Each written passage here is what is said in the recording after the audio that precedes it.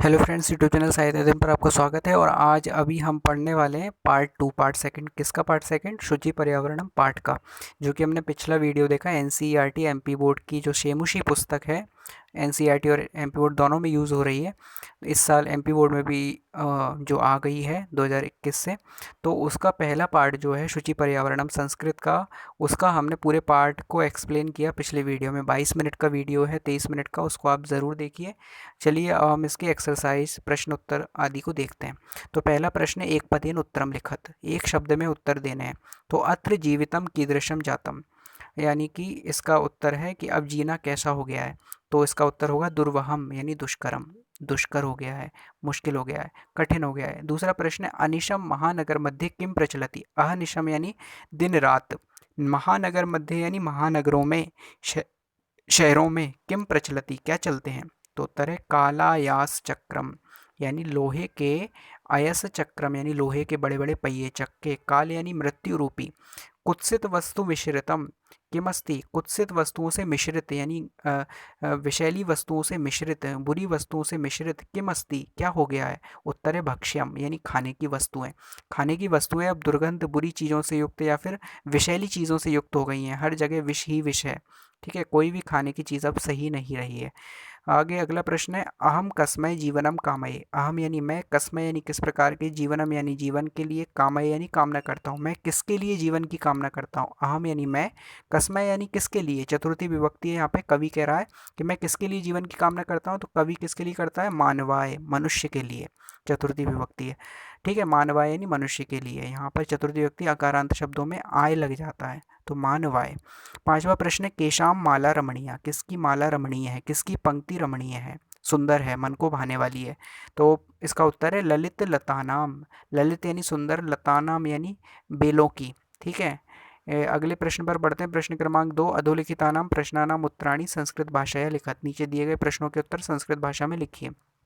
तो पहला प्रश्न है, कवि किमर्थम प्रकृतेः शरणम इच्छति। अभी हमने एक पद एक शब्द में उत्तर दिए थे, अब हम पूरे वाक्य में उत्तर देंगे। तो ये प्रश्न क्या कहना चाह रहे हैं कि कवि किमर्थम प्रकृतेः शरणम इच्छति, कवि किस लिए, किमर्थम यानी किस लिए, प्रकृतेः यानी प्रकृति की, शरणम यानी शरण में जाने की, इच्छति यानी इच्छा करता है।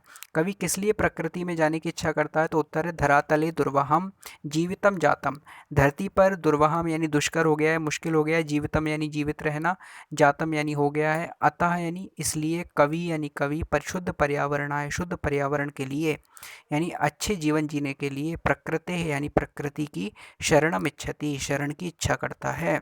ठीक है, तो इस प्रकार हो जाएगा। दूसरा प्रश्न है, कस्मात कारणात, किस कारण से, यहाँ पर पंचमी विभक्ति का प्रयोग किया गया है। यहाँ पर से का अर्थ होता है कस्मात यानी किस, कारणात यानी कारण से, महानगरेशु महानगरों में, यहाँ पर सप्तमी विभक्ति का बहुवचन है, महानगरेशु महानगरों में, संसरणम यानी विचरना, जीवन जीना, कठिनम वर्तते कठिन हो गया है। तो उत्तर है मार्गेशु यानानाम, मार्ग में गाड़ियाँ, अनंताः यानी असंख्यों हैं, पंक्तियाँ, पंक्तियाँ यानी पंक्तियाँ हैं, संति यानी हैं, अतः इसलिए, महानगरेशु महानगरों में, संसरणम विचरना, कठिनम वर्तते मुश्किल हो गया है।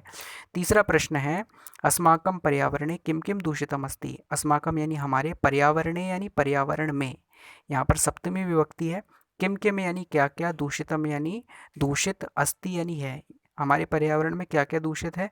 तो इसका उत्तर है अस्माकं पर्यावरणे, हमारे पर्यावरण में, वायुमंडलम वायुमंडल, जलम यानी पानी, भक्ष्यम भक्ष्यम यानी खाने योग्य वस्तुएं, धरातलम यानी धरती, च दूषितम अस्ति ये सब जो है दूषित हो गया है। अगला प्रश्न है, पांचवा प्रश्न, स्वस्थ जीवनाय स्वस्थ जीवन के लिए, हेल्दी लाइफ के लिए, कीदृशे किस प्रकार के, वातावरणे वातावरण में, भ्रमणीयम भ्रमण करना चाहिए, घूमना चाहिए। तो इसका उत्तर है स्वस्थ जीवनाय स्वस्थ जीवन के लिए, खग कुल पक्षियों के एक समूह में, कलरव यहाँ पर कलरव करते हैं पक्षियों के समूह, गुंजार करते हैं ऐसी जगह, गुंजित वन प्रदेश में, ऐसी गुंजायमान वन प्रदेशों में, गार्डन्स में या फिर जंगलों में, शुद्ध पर्यावरण में, शुद्ध पर्यावरणे भ्रमणीयम भ्रमण करना चाहिए। अगला प्रश्न है, अंतिम पद्यांशे कवेः का कामना अस्ति, अंतिम पद्यांश में, अंतिम पंक्ति में, अंतिम बंद में इस गीत के क्या कवि की क्या कामना है, कवेः कवि की का यानी क्या कामना अस्ति, कामना है, कवि की क्या कामना है। तो उत्तर है अंतिमे पद्यांशे, इस कविता के अंतिम पद्यांश में कवेः कामना अस्ति, कवि की कामना है। यत पाषाणी सभ्यता की, पाषाणी जो सभ्यता है, निसर्गे समाविष्टा न स्यात्, वह समाविष्ट ना हो जाए। मानवाय च जीवनस्य कामना अस्ति, मानव के जीवन की कामना है। मानवाय यानी मानव के लिए, जीवनस्य यानी जीवन की कामना कवि करता है। इस प्रकार से प्रश्न उत्तर कंप्लीट हो जाते हैं। अब हम संधि विच्छेद देखते हैं। संधि विच्छेद देखते हैं। प्रकृति धन क्या मिलेगा, जो जो प्रकृति रेप बनेगा तो प्रकृति ही धन एव, यहाँ पे विसर्ग संधि है। स्यात् में क्या मिले, जो स्यान नैव बन जाए तो स्यात् धन ना धन एव, स्यान नैव बन जाएगा। ठीक है। हे अनंताः शब्द कैसे बनेगा, ही धन अनंताः। बही धन अंतः धन जगति कैसे बनेगा, बहिरंतः जगति, इस प्रकार से। ठीक है। अस्मान नगरात शब्द कैसे बनेगा, अस्मात् अस्मात् नगरात।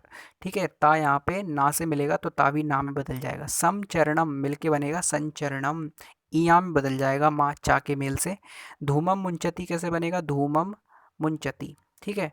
इसके बाद हम आगे बढ़ते हैं। अधोलिखितानाम अव्ययानाम सहायतया रिक्त स्थानानि पूरयत, नीचे दिए गए अव्ययों की सहायता से रिक्त स्थान भरना है। तो पहला दिया इदानीम वायुमंडलम प्रदूषितम अस्ति, क्या आएगा इसमें, इदानीम वायुमंडलम भ्रशम प्रदूषितम अस्ति। ठीक है। भ्रशम आ जाएगा इसमें। दूसरा है डैश जीवनम दुर्वहम अस्ति, तो यहाँ पे अत्र आ जाएगा। अत्र यानी यहाँ, जीवनम यानी जीवन, दुर्वहम यानी दुष्कर मुश्किल, अस्ति यानी है। तीसरा प्राकृतिक वातावरण क्षणम संचरणम, प्राकृतिक वातावरण में सेकंड के लिए, एक क्षण के लिए भी संचरणम कैसा होता है, डैश लाभदायकम भवति, तो प्राकृतिक वातावरण क्षणम संचरणम अपि, अपि यानी भी, लाभदायकम वर्तते। ठीक है। इसके बाद नेक्स्ट है पर्यावरण से संरक्षणम डैश प्रकृति आराधना, पर्यावरण का संरक्षण ही प्रकृति की आराधना है, तो ही को बोलेंगे एव, इसमें आ जाएगा एव। अगला है यानी पांचवा है डैश समय से सदुपयोग करणीय। ठीक है। तो कैसे समय का सदुपयोग करना चाहिए, कैसे करना चाहिए, सदा करना चाहिए, हमेशा करना चाहिए, तो उसमें आ जाएगा सदा, सदा समय से सदुपयोग करणीय, हमेशा समय का सदुपयोग करना चाहिए। अगला प्रश्न है भूकंपित समये डैश गमन में उचितम भवति, भूकंप के समय, धरती में जो कंपन है उसके समय, गमन में उचितम भवति, कहाँ पर जाना उचित होता है, तो भूकंपित समय बही यानी बाहर, गमन में उचितम भवति, बाहर जाना ही उचित होता है, क्योंकि बिल्डिंग्स वगैरह से समय गिर जाती हैं। ठीक है। आगे लिखा है डैश हरितिमा डैश शुचि पर्यावरणम। ठीक है। यत्र हरितिमा, जहाँ हरितिमा है, जहाँ हरियाली है, तत्र यानी वहाँ, शुचि पर्यावरणम शुद्ध पर्यावरण है, तो यत्र और तत्र आ जाएगा। अगला प्रश्न है पांचवा प्रश्न, अधोलिखितानाम पदानाम पर्याय पदम लिखत, नीचे दिए गए पदों के पर्यायवाची पद लिखने। तो सलिलम का हो जाएगा जलम, सलिलम जल का पर्यायवाची है। आम्रम का हो जाएगा रसालम। ठीक है। आम्रम और रसालम दोनों का मतलब होता है आम, आम का फल। ठीक है। वनम का हो जाएगा कांतारम यानी जंगल। शरीरम का हो जाएगा तनु, और कुटिलम का हो जाएगा वक्रम टेढ़ा। पाषाण का हो जाएगा प्रस्तरम। तो यहाँ पे हमें हिंदी में अर्थ नहीं बताने, बल्कि संस्कृत में ही इनके पर्यायवाची देने हैं। आगे बढ़ते हैं। नीचे लिखा है अधोलिखित पदानाम विलोम पदानी पाठात चित्वा लिखत, नीचे दिए गए विलोम पदों को पाठों से चुनकर लिखना है। सुकरम, सुकरम का हो जाएगा दुर्वहम, सुकरम यानी सरल, दुर्वहम यानी दुष्कर कठिन। दूषितम का हो जाएगा शुद्धम, दूषित यानी गंदा, शुद्धम यानी शुद्ध। ग्रहणंती, ग्रहणंती यानी ग्रहण करना, मुंचंती यानी छोड़ते हैं, ग्रहणंती यानी ग्रहण करते हैं, मुंचंती यानी छोड़ते हैं। निर्मलम, निर्मलम यानी मल से रहित, शुद्ध, साफ। समलम यानी मल से युक्त। ठीक है। स यानी सहित, मलम यानी मल के सहित, यानी विषैला गंदा। निर्मलम यानी मल से रहित। दानवाय यानी दानवों के लिए, दानव के लिए, एक वचन है चतुर्थी विभक्ति का। मानवाय यानी मनुष्य के लिए। अनंत, शांता यानी जिसका अंत हो, अंत के सहित, साधन अंता, इसका विलोम हो जाएगा अनंता, जिसका कोई अंत नहीं है, अनंत है जो। ठीक है। इस प्रकार से विलोम शब्द हम लिख सकते हैं। अगला प्रश्न है उदाहरणम अनुसृत्य, उदाहरण को देख के पाठात चित्वा, पाठों से चुनकर समस्त पदानी, समस्त पदों के समास नाम च लिखत, समास के नाम लिखने हैं। ठीक है। तो विग्रह पद हमें यहाँ पर दिए हुए हैं, हमें समस्त पद और समास का नाम बताना है। तो सबसे पहले दिया है मलेन सहितम, हमें उदाहरण के रूप में दिया है, तो मलेन सहितम को समलम लिख सकते हैं। समलम यानी मल के सहित। यहाँ पे अव्ययी भाव समास है, ठीक है। प्रथम पद अव्यय है, दूसरा पद जो है प्रधान है। इसके बाद हरिताहा च ये तरवहा, जो हरे भरे वृक्ष हैं उनको क्या बोलेंगे, हरित तरुणाम। यहाँ पे कर्मधारय समास है, ठीक है। पहला पद विशेषण, दूसरा पद विशेष्य है। इसके बाद ललिताहा च याहा लताहा, तो यहाँ पर हो जाएगा ललित लता नाम। यहाँ पर भी कर्मधारय समास है। ललित शब्द जो है विशेषण है और लता नाम शब्द जो है विशेष्य है। पहला पद विशेषता है, दूसरा पद जिसकी विशेषता बताई जाए, तो यहाँ पर कर्मधारय समास है। नव मालिका, तो नवा मालिका नई मालाएं, कर्मधारय समास यहाँ पर भी है। पहला पद विशेषण, दूसरा विशेष्य। इसके बाद अगला शब्द है धृतः सुख संदेशः येन, ठीक है, तो यहाँ पर बहुव्रीहि समास है, ठीक है। अगला है कज्जलम इव मलिनम, कज्जल की तरह, काजल की तरह, मलिन काजल की तरह काला, तो कज्जल मलिनम शब्द हो जाएगा यहाँ पे। इसमें कर्मधारय समास है, पहला पद विशेषण कज्जल और मलिनम कज्जल की तरह काला, ठीक है। तो पहला पद उपमान भी बोल सकते हैं इसमें, दूसरा पद उपमेय है, तो इस प्रकार से कर्मधारय समास हो जाता है। उपमान दी जा रही है कज्जल के साथ मलिनम यानी मैला होने की। दुर्दांत दर्शन है, ठीक है, तो यहाँ पर क्या शब्द है, दुर्दांत है दर्शन है, इसको बना देंगे दुर्दांत दर्शन है। मिला के जो होता है विभक्ति हम लास्ट में प्रयोग कर देते हैं, ये होता है दो शब्दों में यदि एक ही विभक्ति होती है तो, ठीक है। तो यहाँ पे भी कर्मधारय समास है। इसके बाद आगे बढ़ते हैं, प्रश्न क्रमांक 7 है रेखांकित पदम आधृत्य, रेखांकित पदों को चुनकर प्रश्न निर्माणम कुरुत, प्रश्न निर्माण करना है। तो शक्तिया नाम कज्जल मलिनम धूमम मुंचती, शक्तिया नाम यानी गाड़ियों से कज्जलम मलिनम यानी काजल के समान मलिन काला, धूमम मुंचती धुआं निकल रहा है। इसमें हमें अंडरलाइन करके दिया है कज्जल मलिनम, यहाँ पर हमें जो रेखांकित शब्द है अंडरलाइन शब्द है उसको बदल के प्रश्न बनाना है। तो कैसे बनेगा, शकटीयानाम कीदृशम धूमम मुंचती, गाड़ियों से कैसा धुआं निकल रहा है, कीदृशम यानी कैसा। अगला प्रश्न है उद्याने पक्षिणाम कलरवम चेता प्रसादिति, उद्यान में यानी गार्डन में, पक्षिणाम यानी पक्षियों का, कलरवम यानी आवाज़ उनका गुंजायमान जो आवाज़ होती है उसको बोलते हैं कलरव। चेता यानी मन को, चित्त को, प्रसादयति यानी प्रसन्न करता है, तो उसका हो जाएगा उद्याने केशाम कलरवम, उद्यान में किसका कलरव, पक्षिणाम, पक्षिणाम की जगह केशाम आ जाएगा, किसका, कलरवम चेता प्रसादित चित्त को प्रसन्न करता है। अगला है पाषाणी सभ्यतायाम, पाषाणी सभ्यता में लता तरु गुलमाहा, लता यानी लताएं, तरु यानी वृक्ष, गुल्म यानी झाड़ियाँ, प्रस्तर तले प्रस्तर तले यानी पत्थरों के तल में, पिष्टा यानी विनष्ट हो जाए, पिस जाए, संति यानी हो, तो इसका हो जाएगा पाषाणी सभ्यतायाम, पाषाणी सभ्यता में के यानी कौन, प्रस्तर तले पत्थरों के तले, पिष्टा पिस जाए, संति यानी हो, ठीक है।